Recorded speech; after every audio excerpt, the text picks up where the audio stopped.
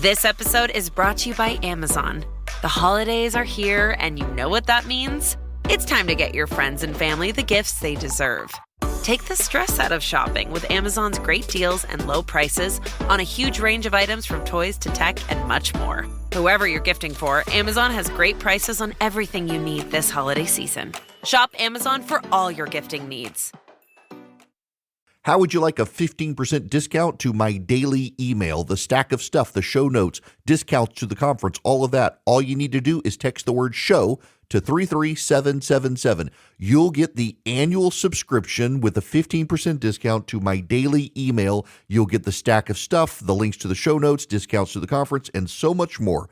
All you have to do is text the word show, SHOW, to 33777. Text show to 33777.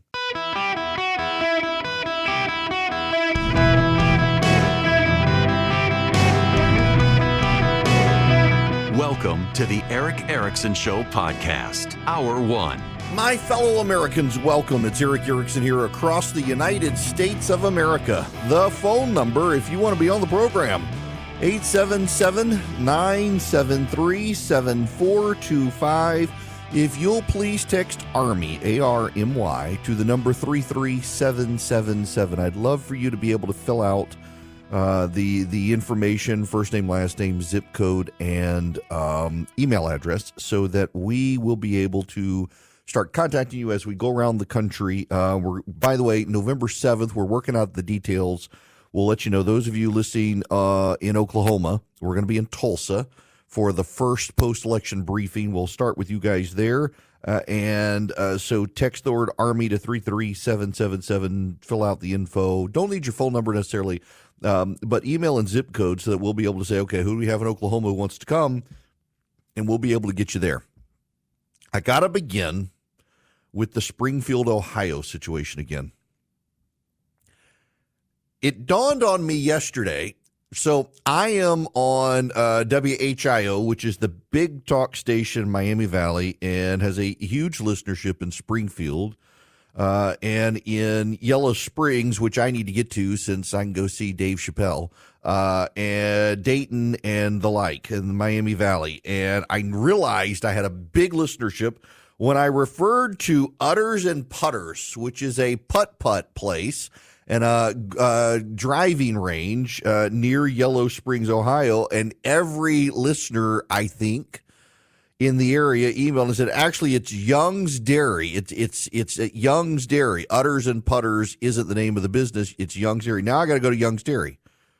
There's a little municipal core, Springfield Beckley Municipal Airport. I bet a little private jet could fly me into, not that I can afford one, just to go to Young's Dairy and hit putt-putt at Utters and Putters. I love that name, Utters and Putters. You can get ice cream and hit golf balls. They got batting cages, and did I mention ice cream? Then we started getting the calls from the listeners who are furious about the story of the Haitian who ate the cat.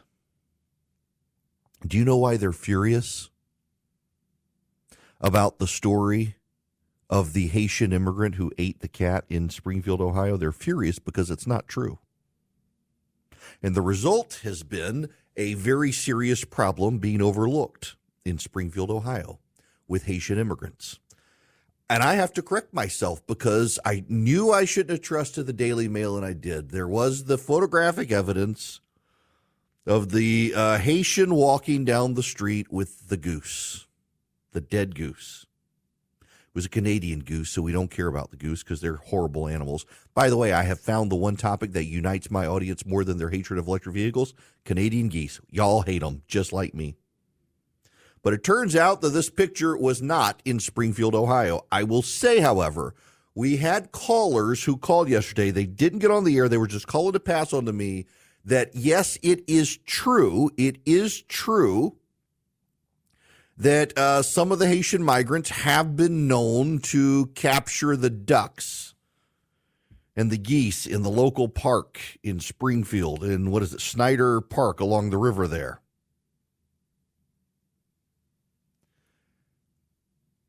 But they're all mad about the story.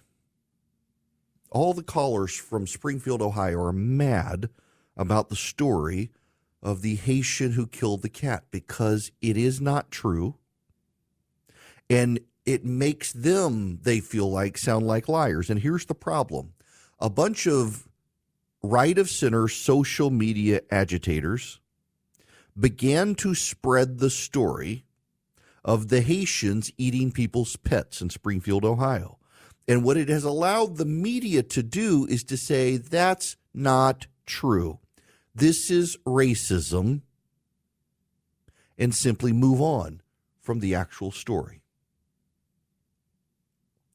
The actual story is that Springfield, Ohio is a city overwhelmed with immigrants.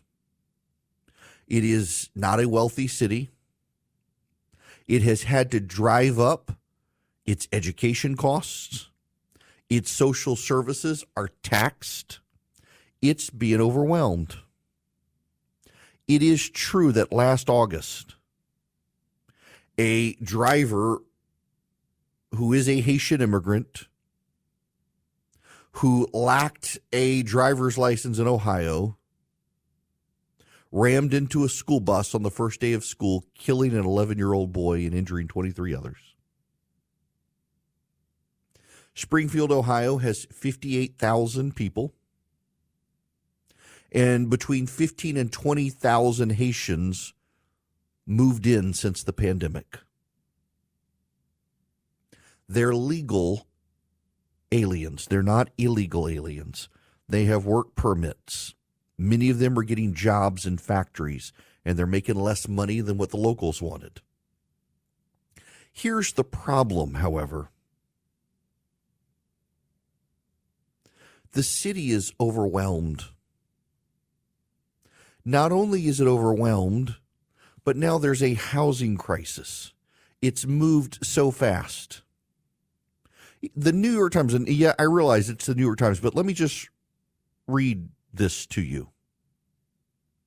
The population dwindled to less than 60,000 by 2014 from more than 80,000 in 1960. Around that time, Springfield crafted a strategic plan to attract business. In 2017, I don't know how you pronounce it, Topre, Topre, a major Japanese auto parts manufacturer, picked Springfield for a new plant in a decaying part of town that's been the site of International Harvester, which was once the biggest employer. In 2020, Springfield lured food service firms, logistics companies, and a microchip maker, among others, creating 8,000 new jobs and optimism. But pretty soon there weren't enough workers. Many young working-age people had descended into addiction. Others shunned entry-level rote work altogether. Haitians who heard that the Springfield area boasted well-paying blue-collar jobs and a low cost of living poured in, and employers were eager to hire them. The Haitians had Social Security numbers and work permits thanks to a federal program that offered them temporary protection in the United States. Some had been living for years in Florida, where there's a thriving Haitian community. The businesses needed machine operators, forklift drivers, and quality inspectors. The Haitians filled those positions. They're 10% of the workforce at McGregor Metal, a family-owned business that makes parts for cars, trucks, and tractors. But then there are the problems of a mass influx. Clinics are overwhelmed. Schools are overwhelmed. 6 Haitian Creole speakers were hired and trained to assist newcomers at the local community health center, but their budget went from $43,000 in 2020 to $436,000 a year in costs. It's not sustainable at the community center. The Springfield City School District's registration department was so crammed with immigrant families waiting to enroll that some of them had to queue into the hospital. Nearly 350 new students registered for elementary and middle school the first week of classes. The school districts had to hire about 24 teachers who were certified to teach English as a second language. These are legal immigrants who have overwhelmed the city. Landlords have taken properties out of the federal housing voucher program for low-income families. 200 properties are removed. There's a housing shortage. The affordability problem has been aggravated by the landlords pivoting to Haitians who are willing to pay higher rent. The Haitians were making more money than the impoverished people So you've got poor people in Springfield who are American citizens who were taken out of houses, and the Haitians were put in because the Haitians took the good jobs that the locals didn't want. It's a far more complicated story. Springfield is not a sanctuary city. These are legal immigrants into the United States who moved there from Florida and New York and elsewhere to get jobs. And this is a key point that residents of Springfield have made to me in emails to this show. It should not be understated that in many cases, the Haitians are taking jobs that locals did not want. Many of them suffering drug addiction and the other problems that J.D. Vance has alluded to in Hillbilly Elegy and the like. The Haitians came in and they took jobs. One of the problems with the housing crisis now in Springfield is that landlords were renting to poor people, and the Haitians are making enough money that they've taken their rental houses out of a federal poverty program and are now renting to the Haitians who are willing to pay more money than the locals. But the school system's overwhelmed. This has been a failure of integration into a community as these people came in. It's a vastly more complex situation. Yes, it does appear there have been local Haitians to capture the ducks in the river. My frustration with this, however, is very straightforward.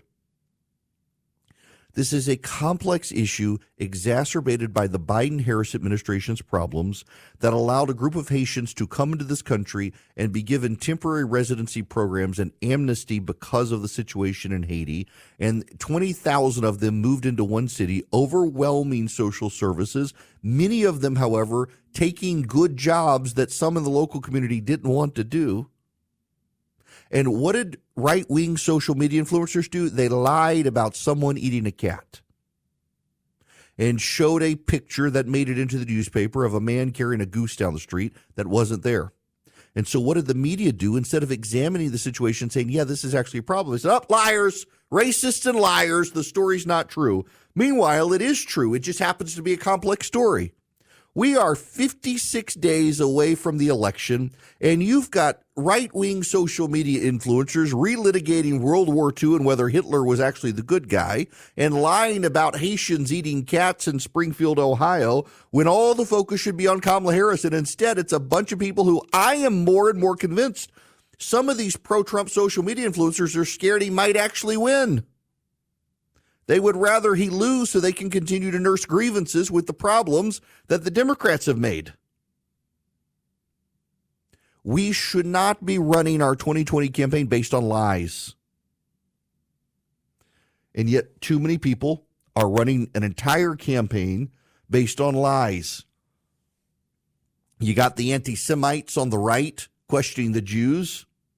You got the Nazi apologizers out there attacking Winston Churchill, and now you got the right-wing social media influencers attacking the Haitians. I'm sorry, but when you combine the anti-Semites of the right, the Nazis of the right, and the people lying about the Haitians, the low-information voters are going to conclude that, yes, they are a bunch of racists on the right.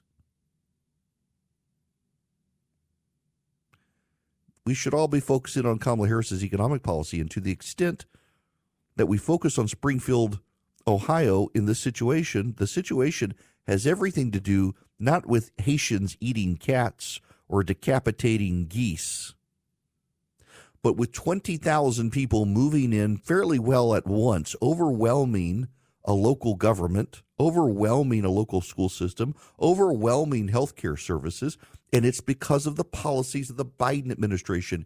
You do not have to lie about house pets being eaten by Haitians to see that there's a problem here exacerbated by the current administration's government policies. We actually don't have to lie to win the argument. Just tell them the truth.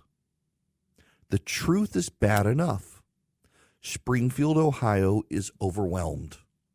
And it's overwhelmed because the Biden-Harris administration screwed up our borders and allowed a massive influx of people into this country. And yes, some of them have gotten good and productive jobs.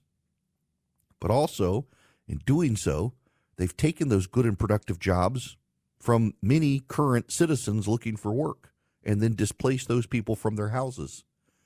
It's a complex problem, but the situation's very easy.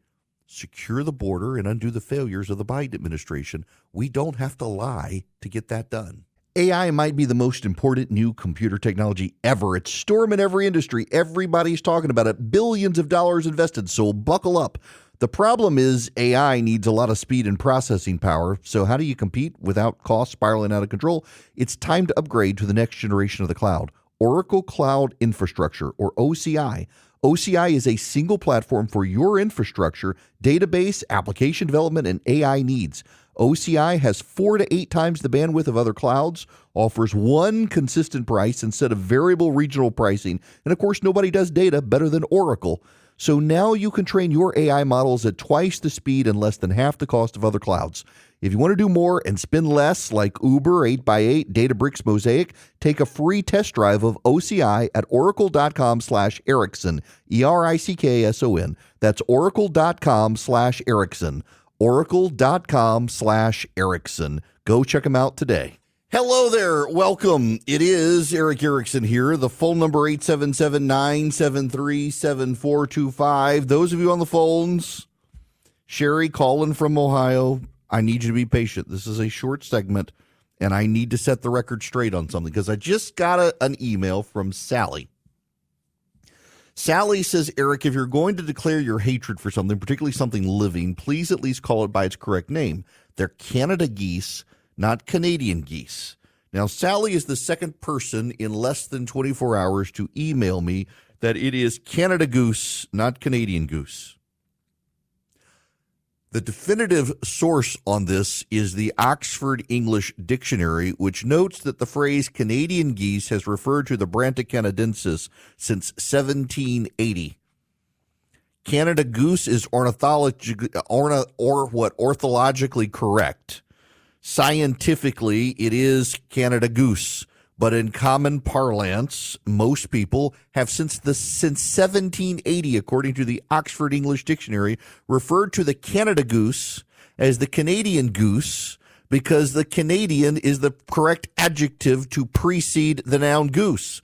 And so, no, hell will freeze, this world will burn, and we will have the new heavens and the new earth before I violate the rules of grammar and refer to it as a Canada goose when every single one of you knows exactly what I'm talking about because it's been referred to as the Canadian goose since 1780 according to the Oxford English Dictionary. If you want to call it Canada goose, that's fine with me. But I got to tell you,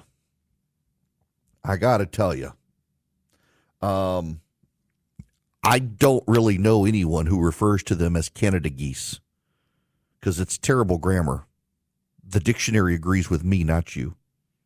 So I'm going to stick with Canadian geese and Canadian goose. And if you want to say Canada goose, that's fine with me. I don't care, but you seem to care greatly that I'm saying Canadian goose, which has been in common parlance since 1780, and far be it for me as a conservative to disrupt something that's been going on since the 1780s. Now, we'll move on. We'll move on from the Canadian geese. They're horrible, nasty devil creatures from hell, by the way. We'll move on from them for now. I have to tell you about Americans for Prosperity. They're going around the country mobilizing people to vote in November, educating people about the issues at stake, and how common sense conservatism is a great path forward for this country. You can be a part of it by going to AmericansForProsperity.org. Americans for Prosperity is a do tank, not a think tank. They do the business of the conservative movement around the country. They've got chapters in almost every single state. You probably have a chapter in your state. You can go to AmericansForProsperity.org to find out where. They educate you on the issues. They teach you how to be a door knocker, how to persuade your neighbors that common sense conservatism is the right approach to this country. They also, by the way, do a very good job at putting great conservatives in front of local and state governments to persuade them to support families and school choice and deregulation and small businesses. All you got to do is go to AmericansForProsperity.org, AmericansForProsperity.org. They, my friends, advance the conservative movement. They do so well, and they're uncompromised in their values. They have not wavered in what they believe. Go to AmericansForProsperity.org today. Sign up with Americans for Prosperity. My friends, look, I want to get to your phone calls here, 877-973-7425, but I got to read you this exchange. This is just too great. I read you the original email. This is from Sally to me. Sally is a listener, was a listener. Eric, if you're going to declare your hatred for something, particularly something living, please at least call it by its correct name. They're Canada geese, not Canadian geese.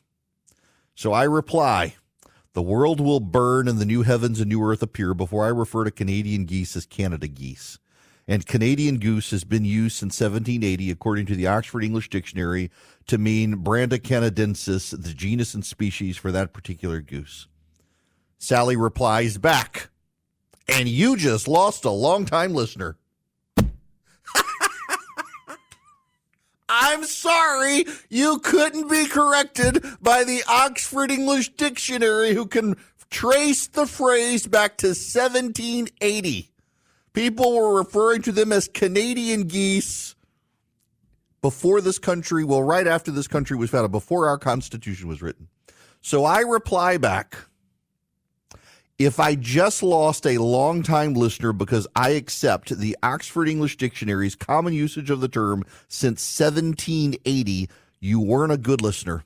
I bet you eat Canada bacon, too.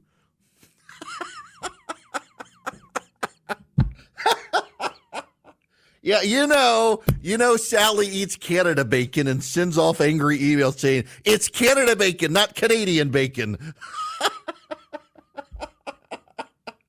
Oh, she's still listening. Y'all all know it. Okay, now to the phones we go. Sherry calling from Troy, Ohio. Welcome to the show. Sherry, how are you? I'm fine, sir. How are you? I'm great. Thanks for calling. The reason for my call is the Haitian situation in Springfield was completely exacerbated last year when the Haitian gentleman went left of center, hit the bus head on, and caused the accident that killed an innocent young boy. 11 years old. Yes, sir. My two cousins, my second cousins, were on the bus. Their mother was in the car directly behind the bus and saw it flip over. Oh, gosh. So it hits very, very close to home.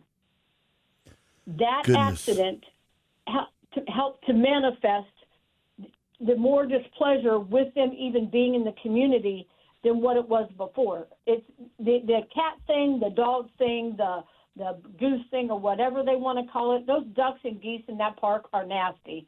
I go through that place all the time. They poop all over the road. They don't need to be there. Trust me. Nobody likes them. Oh, yeah. Yeah, nobody's upset with the Haitians killing the Canada goose.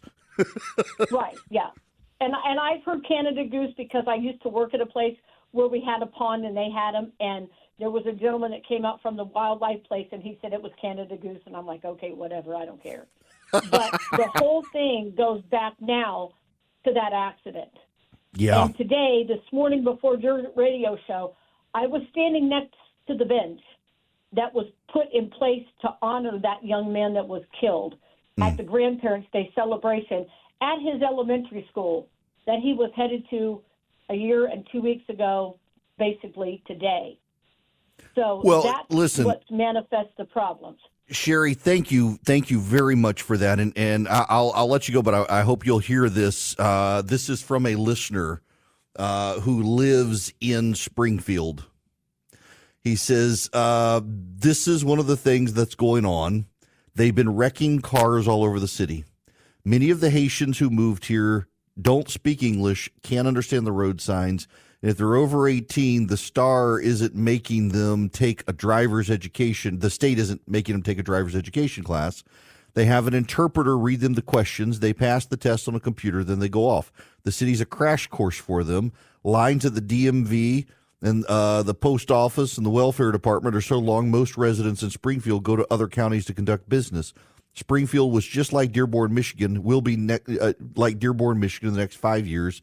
At the rate they're giving birth and coming into the city, the original residents will be outnumbered and pushed away. I believe this is exactly what the city and the companies there want. This is from a resident of Springfield, Ohio. Take it for what it's worth, a view from a resident there. And by the way, this is a commonality in a lot of the reports from a lot of the news groups out there that they are terrible drivers, don't speak or understand English, and have to have Creole interpreters.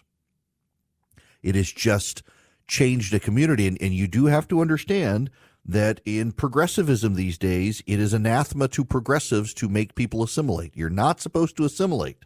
Under progressive ideology, immigrants aren't supposed to assimilate. They're supposed to stay outside the system, separate, distinct, and unique. And that's a huge problem here. Now, having set the record straight, and I do want to emphasize again, my apologies for referencing the picture of the man with the goose. It was not true. It's all over social media. It's not true. And no Haitians have killed any house pets. The police say no one has reported their house pets being murdered by Haitians. And the actual story everyone points to is this woman on Facebook, and it turns out it was Canton, Ohio, and she was not a Haitian. She was actually an American who was nuts, who just killed somebody's house cat and ate it. It's disgusting. I'm trying not to gag even thinking about it.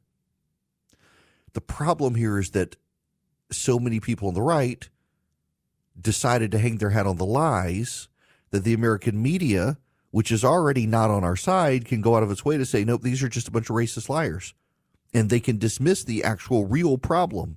And that's the point here, is when we hang our hat on the lies, the media can just debunk the lies and not actually have to explore the actual real problems. And there are actual massive real problems in Springfield, Ohio, related to this rapid influx of immigrants, all of whom are legal, all of whom get to be here, all of whom get jobs. And it's just overwhelmed the system. Now, I want to move from that, though, to debate prep. Tonight is the debate. It starts at 9 p.m., and every news network is going to cover it, to my understanding. It will be hosted by ABC News in Philadelphia, Pennsylvania. This debate is everything for Kamala Harris. It's actually not much of anything for Donald Trump. Okay, here's something that blows my mind when you think about it. Donald Trump has done more presidential debates than anyone in, the last half century? Donald Trump did multiple debates in 2016 and in 2020 and now here in 2024. He's an experienced debater at the presidential level. And the Democrats are, of course, hanging their hat on that, saying, oh, he's just so good at these debates. He's done more than anyone, and Kamala's never done them. The reason that Kamala Harris has never done a presidential debate is because she sucks as a candidate and never got into a presidential nominating process. She flubbed it terribly in the Democratic primaries in 2019 and had to withdraw before she even got to Iowa. She's also notorious for not doing her homework. It's so funny, by the way, to hear these Democrats say Kamala Harris is a studious student. She does her homework. No, because the entire indictment against Kamala Harris in the New York Times, from Democrats no less, is that Kamala Harris doesn't do the work. She phones it in and blames everyone else when she fails, which is ironically the Democratic critique of Donald Trump. You know, these two have never been in the same room before. That's going to be interesting. Here, this is the reality. Every single American who will show up and vote in November has an opinion of Donald Trump. Whether you like him or you hate him, every single American has an opinion about Donald Trump. A whole lot of Americans are forming their opinion about Kamala Harris. And they're going to be watching, many of them, with their own eyes tonight. And the pre-gaming and the post-gaming is not going to be as important as what people see with their own eyes when it comes to Kamala Harris. Remember, more and more people don't even trust the media spin on this stuff because the media for 3 years told us everything was fine with Joe Biden until he got on that debate stage, and there was no way you could spin him out of that. Some of them tried, but there was no way you could do it, and it was okay because there was a backup plan. There's no backup plan for Kamala Harris. It's either Harris or Trump. Some of you have convinced yourselves that the Democrats, if she has a terrible debate, they'll just yank her and put someone else in. It's not going to happen at this point. Look at all the trouble Robert Kennedy is having getting off the ballot in states. Kamala Harris will be left on the ballot in multiple Republican states if she tried to get out. She can't get out. She's got to have a good debate because a lot of people are going to be looking at her, making up their mind about Kamala Harris.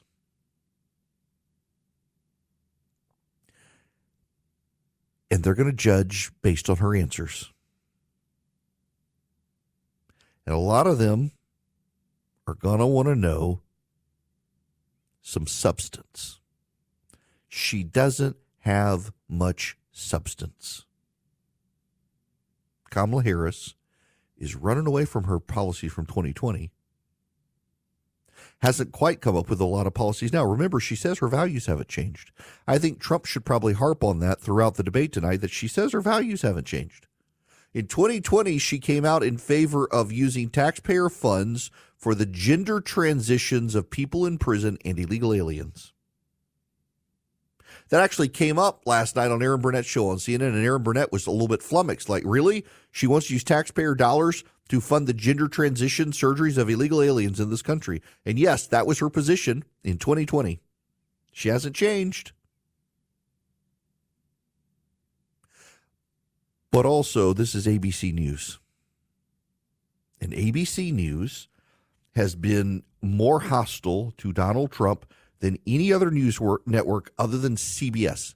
NBC, now I'm excluding MSNBC here. It's not a news network. It's a North Korean propaganda channel as far as I'm concerned.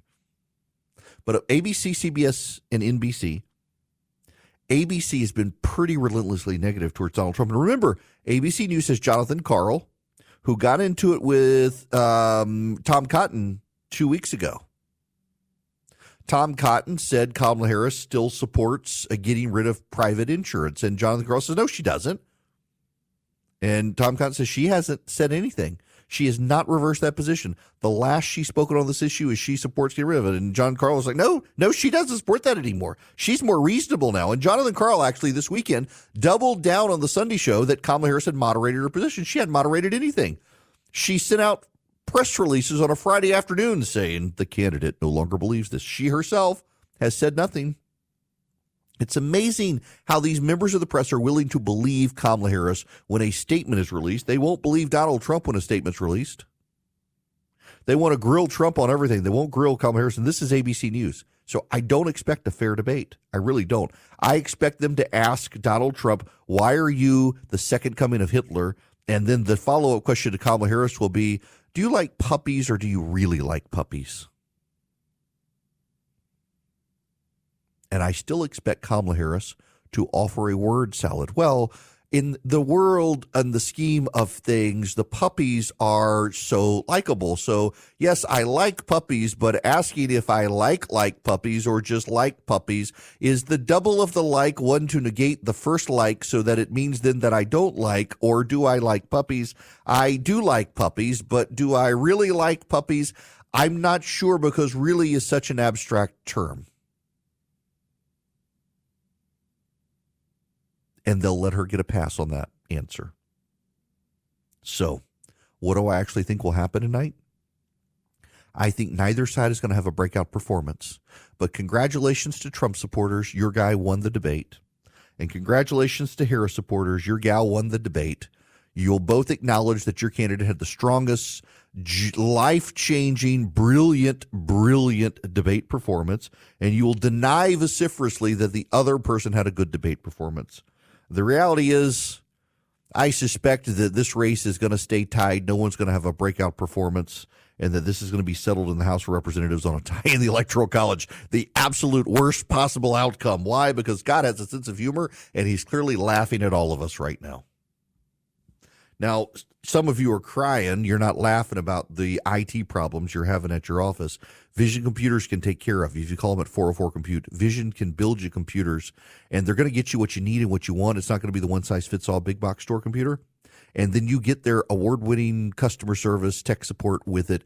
They've got thousands of five-star Google reviews. All you got to do is go to visioncomputers.com or call them at 404 Compute anywhere nationwide.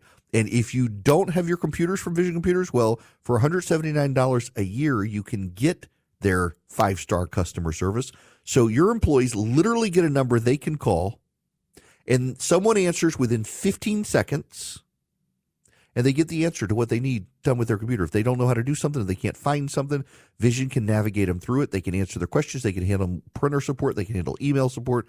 So you don't have to pay the 6-figure IT guy. You let Vision Computers take care of your company. Your employees stay productive, and Vision Computers takes care of the computers. And by the way, if you buy your computers from Vision, that tech support comes for free. VisionComputers.com or 404-COMPUTE. Tell them Eric sent you. You save even more. And by the way, doesn't matter wherever you are in the country. Bridgeport, Connecticut, Springfield, Missouri, doesn't matter. They can help you. 404-COMPUTE. My buddy Paul texts me that the best remedy for a Canadian goose is a 5-iron. I got to read y'all, and this may be the best email I've gotten. Name withheld. I can't believe you corrected that listener about the Canadian geese. I was absolutely flabbergasted at you. Just kidding. What a whack job. What a weird hill to die on for someone. And yes, Canadian geese are mean. When me and my ex-wife moved into our first home, we had geese that used our house as a hangout. The very first time we walked into the house, my ex-wife was dive-bombed by one of the geese. It tackled her and was yelling at her and trying to chase her. In retrospect, I should have made the goose my pet because my ex-wife ended up being a horrible woman. But at the same time, it's pretty funny and scary for her. Those things are nasty. Y'all, I'm telling you, I have found the topic. Every time I talk about electric vehicles, I get flooded with calls and emails from people. I'm not looking for your calls on Canadian geese, but wow, do they incite people. And it's like, it's against the law to kill a mockingbird. It actually is against the law to kill a mockingbird because it is a migratory species of bird, and it's on a Federal Migratory Bird Act that makes it illegal to kill. Same thing with these stupid geese, and they are a menace to society. I have no objection to people obliterating them. They are awful, awful animals. For those of you who've never experienced them, they're not your normal white goose. Normal white geese are bad enough. The ones from Canada are much more aggressive, much more territorial, much more prone to charge you in your own yard, and they cover your entire yard in poop. They're just gross animals. And most people will tell you the meat's not good, except for my producer who says he thinks it's just fine. But most people tell me that it's just too gamey. Nonetheless, I'm not going to eat one. I just want them gone. Nonetheless, we're going to move on. So we are 56 days from the next presidential election. 55 days and 13 hours until polls open. We're getting close. And you know what? The race is completely tied. Even in the swing states, the race is completely tied. And when we come back, I want to navigate what that means for you, a tied race, and why Republicans have some heartburn because the Trump campaign has outsourced their ground game. They're not actually in charge of it. And because they're to some degree flying blind on it, they're getting a little nervous themselves internally about what's going to happen in a tied race ground game where, yes, they say it every time, and this time it's really true. It's all coming down to turnout. Can Republicans turn out their vote? I'll tell you what I know and what I'm hearing from the internals of the campaigns when we come back.